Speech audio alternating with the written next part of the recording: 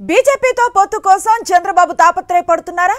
Special status ను గాలి కొదిలేసి సొంత ప్రయోజనాల కోసం ఢిల్లీ పెద్దల కాళ్ల బేరానికి వెళ్లారు చంద్రబాబు.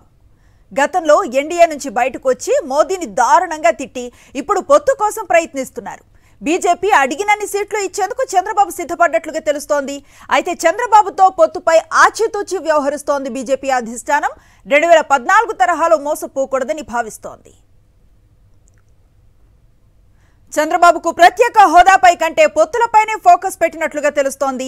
సొంత ప్రయోజనాల కోసం రాష్ట్ర ప్రయోజనాల విషయంలో బాబు రాజీ పడ్డారు. 2018లో ప్రత్యేక హోదా కోసమే ఎన్డీఏ నుంచి బయటకు వచ్చానని నాడు చంద్రబాబు ప్రగల్భాలు పలికారు.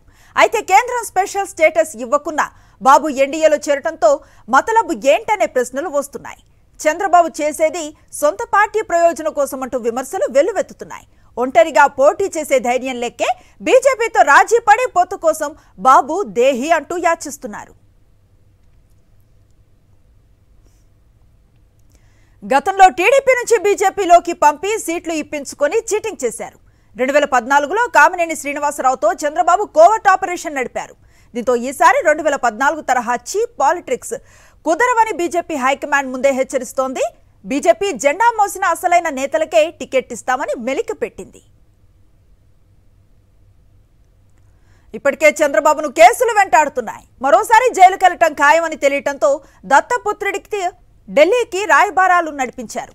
కొడుకు లోకేష్ పైన కేసులు బిగుస్తూ ఉండటంతో ఇక కోర్టులను మేనేజ్ చేయలేక బీజేపీకి సరెండర్ అయ్యారు.